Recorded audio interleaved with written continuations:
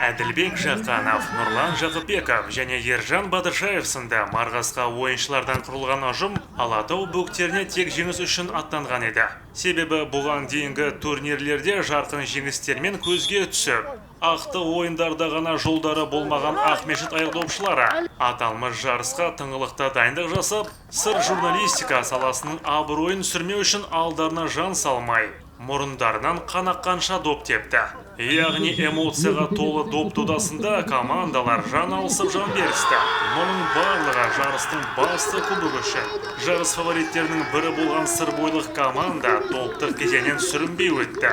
Яғни топтағы алғашқы матчында шымкенттік әріптестерін бір гол айырмасымен жеңіп, екінші кездесуде Алаш Медиа Групп командасын тас-талқан етті.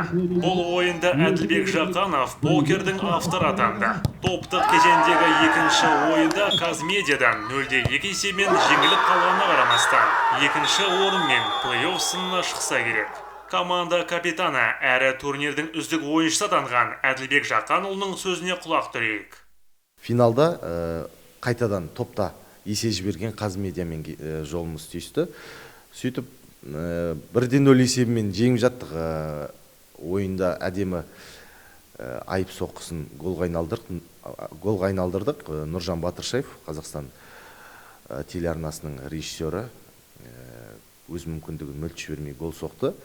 Сөйтіп 1-0 есебімен жеңіп тұрған жерімізде ойынның аяқталуына 30 секунд қалған кезде гол жіберіп алдық. Сөйтіп психологиялық тұрғыда бізге ол өте ауыр тиді. Өйткені жеңісті есепті ұстап тұра алмаған команда көбінесе сол пенальти сериясында да жолы бола бермейді ғой. Бірақ сол жігіттер соңғы сәтте жиналып, жұдырықтай жұмылып, сол 2 рет пенальтиден өттік. Енді үшіншісінде де өтуіміз керек деген өзіміздің алдымызға сондай бір-бірімізді жігерлендіріп, қолдау көрсетіп, үшінші пенальти сериясында да өте тартысты, сондай бір интригаға толы пенальти сериясы болды. Бізден 2 ойыншы пенальти соға алмады, олардан 3 ойыншы пенальти соға алмады. Соңғы соққыны қақпашымыз Жаңа Орған Тынысы газетінің бас редакторының орынбасары Әлібек Жарықбаев қайтарды. Содан кейін бізде енді екінші болып тептік. Алтай Сағындықов деген біздің Сыр Медиа жауапкершілігі шектеулі серіктестігінің баспагері сол шешуші пенальтиді соғып чемпион атандық. Жеңісті голды соққан кездегі әсерді ол сөзбен айтып жеткізу мүмкін емес. Ол жерде енді барлығымыз балаша қуанып, бір-бірімізді құшақтап, енді шыны керек, бұл Ақмешіт командасының бұл чемпиондықты күткеніне ұзақ жыл болды. Тіпті көзден жас ақты. Енді қуаныштың жасы ғой, көз жасы. Сол чемпион болғанымызға өзімізде төбеміз көкке бір ел жетпей, сондай қуандық.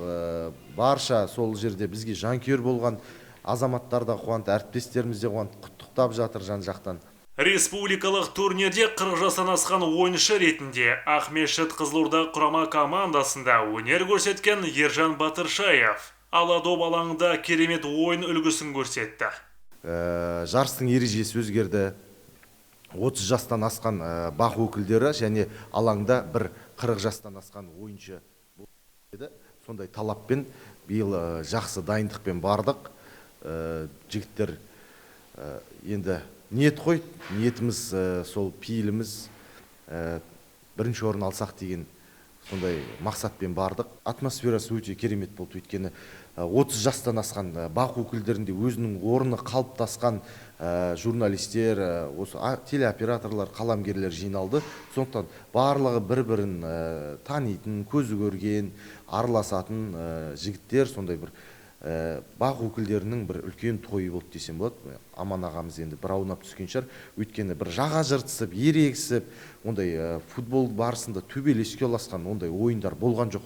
Өйткені бұл Аман ағаның есімін ұлықтауға арналған турнир, Аман ағаны ардақтауға арналған турнир. Сондықтан сол турнирдің керемет тек спорттық бағытта талас тартысқа толы өтіп, жақсы бір әріптестердің бір-біріне деген сыйластығы, құрметі көрінген бір сондай турнир болды.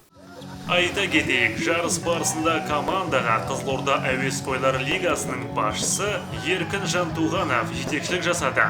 Оған қоса ол қызылордалық журналистерді спорттық киіммен қамтамасыз етіп, жарысқа баруына демеушілік көрсетті. Ол Жас Дәуіт, Жарас Рашев, Қызылорда қоғамдық телеарнасы.